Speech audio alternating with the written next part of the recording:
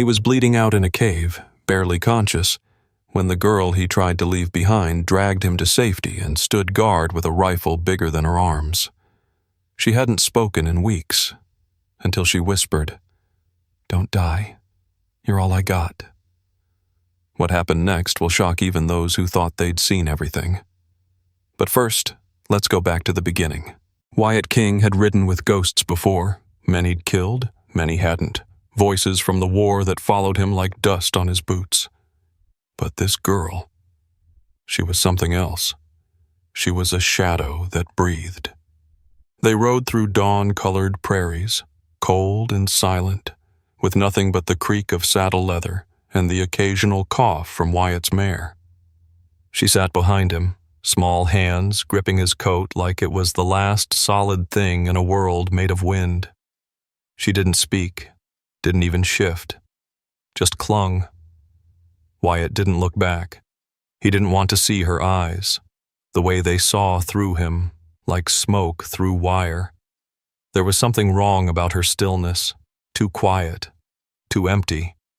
She wasn't scared, and that unsettled him more than if she'd been wailing. A scared kid was normal, predictable. This one was carved from stone. When they stopped at a water trough outside a decaying way station, Wyatt slid off his horse without a word. He didn't help her down. He wasn't that kind of man. But she dismounted anyway, clumsy, barefoot, skin chapped raw from the cold wind, and never said a word. Inside, the barkeep looked from Wyatt to the girl and said nothing, just poured a shot of rotgut and pretended he hadn't seen the dried blood crusting her palms. Wyatt drank. Fast, then slow. She stood near the doorway, arms crossed tight over her thin chest, like she was keeping something inside, something loud. But her face didn't change, didn't twitch. She watched everything. The way Wyatt drank, the old man chewing tobacco by the stove, the kid in the corner with one arm and a Bible. She didn't belong here. But Wyatt knew better than most. The world didn't give a damn about belonging. It gave you what you could survive. He'd meant to drop her here. He really had. He stared into the bottom of his glass, trying to make the whiskey burn away whatever strange coil of guilt was tightening in his ribs. She should have cried by now. She should have begged. She should have said anything. Instead, when he turned, she was already by the door, waiting. She looked up at him, not pleading, not hopeful, just waiting. And damn it all, he walked out. Didn't speak. Just swung up on his horse. A minute later, she climbed up behind him again, same as before. Same grip, same silence. Wyatt didn't know it yet, but something had shifted in him that day.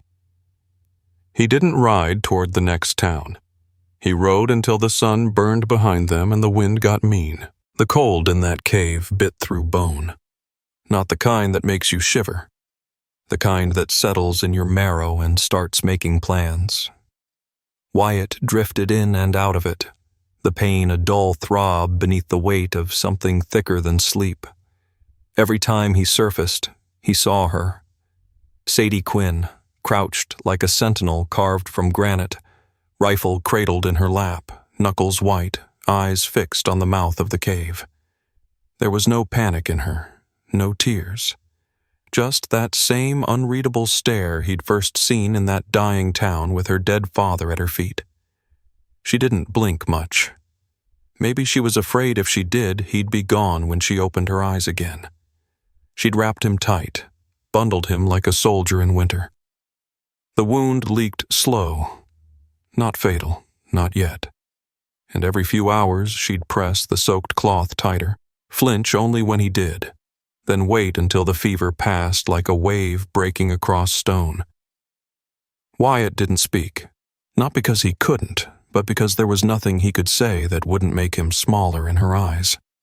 The girl had hauled a grown man's body uphill into a cave he never would have found conscious. She'd dug roots with a stick, stolen snowmelt from between rocks, and fired a warning shot at a coyote that wandered too close.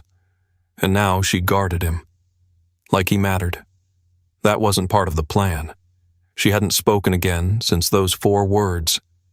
Don't die. You're all I got. But they'd stuck to him like burrs, because he knew exactly what it meant to look at someone and think, if you go, I go with you. Wyatt had seen men break in war for less. On the 3rd day, he managed to sit up. Barely. The pain came sharp, clean, like a punishment earned. She heard the grunt and turned, her mouth tightening. Not quite a smile, but not nothing. She offered him a strip of dried meat.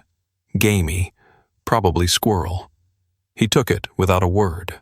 Silence had become their language, and somehow it said more than speech ever could. She sat beside him that night, shoulder touching his arm like a question she wasn't brave enough to ask. And for the first time since she'd followed him into that dead town, Wyatt King reached over.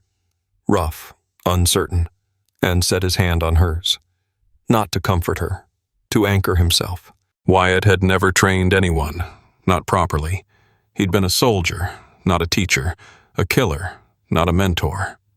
But when he got back on his feet, leaning hard on pain and whiskey, he started showing Sadie things. Small things at first. How to check a chamber without blinking. How to hold a blade loose until it was time to tighten your grip. How to ride into a lie like it was the truth and never flinch when it hit back. She picked it all up like she'd been born waiting for it. She didn't ask questions. She didn't hesitate. And she never, not once, pretended to be innocent. Wyatt saw it plain. There was a fire in her that hadn't been lit by choice. It had been kindled by silence, stoked by death, and shaped in the shadow of men who thought little girls stayed quiet forever. Then Maddox rode in. Royce Maddox, silver star on his chest, dust on his boots, and rot behind his teeth. The law had given him a badge, but no soul. Years back, he'd hanged Wyatt with lies and nailed a bounty to his name with ink soaked in spite. Now he stood outside their rented shack with 2 deputies and a mouth full of smug righteousness. "She's ward of the state," he said. "Not yours." "She ain't anybody's property," Wyatt said, voice low, coiled like a spring. "Be serious, King," Maddox smirked. "You gonna raise her on gun oil and fugitives?"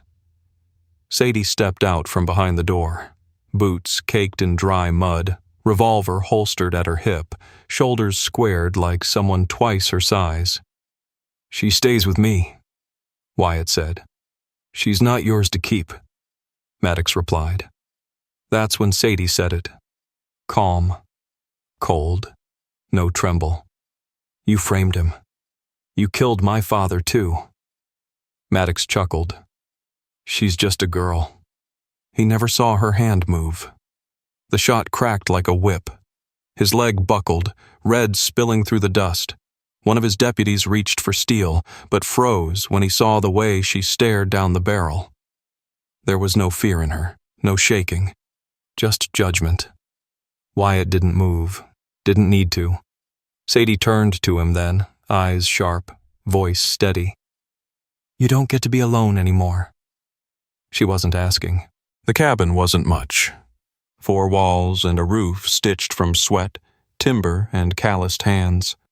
But it stood solid against the wind, and for Wyatt King, that was a kind of miracle. He'd built it with Sadie, her hammer swings wild and off-rhythm, her laughter ringing sharper than nails. The land around them was rough but honest. Soil that cut back when you turned it, chickens that pecked like they held grudges, and a dog with one eye who barked at ghosts only he could see. It was quiet living. Not soft, not easy, but quiet. Wyatt rose with the sun and worked till his back begged for mercy. He never complained. Not because he'd grown gentle. He hadn't. but because the silence between them no longer weighed like chains. It breathed now, had room for peace. Sadie took to the town school like someone who'd always known she could. The teacher, a woman with spectacles too large for her face and a heart too big for the town, said she was brilliant. Said she didn't talk much, but when she did, people listened. "She's got a voice like flint," the teacher said once. "Not loud, but it'll spark something fierce." Wyatt had nodded, gruff and unreadable, but inside something softened, like old leather catching sun after a long, bitter freeze. Evenings came slow in those hills. They'd sit on the porch watching dusk spill across the field like paint. Sadie would tell him about fractions and spelling bees, about the boy who got caught stealing chalk and the girl who swore she saw a ghost in the outhouse. Wyatt would nod. Sometimes he'd chuckle. Most times he just listened. He didn't drink much anymore. The bottle sat dusty on a shelf he didn't reach for. The dreams still came. Blood, fire, Maddox's grin. But they didn't drown him the way they used to. Sadie was always there come morning, feet bare, hair tangled, coffee poured before he asked. "Morning, Pa," she'd say, casual as breath. He'd never earned that word, but she gave it anyway. And now, watching her chase fireflies, wild and free, her laughter bright enough to make the stars blink, Wyatt understood. She hadn't just pulled him out of that cave. She hadn't just guarded him through fever or taught him how to live slow. She'd dragged his soul out of the grave he'd dug for himself, and she made damn sure he stayed in the light.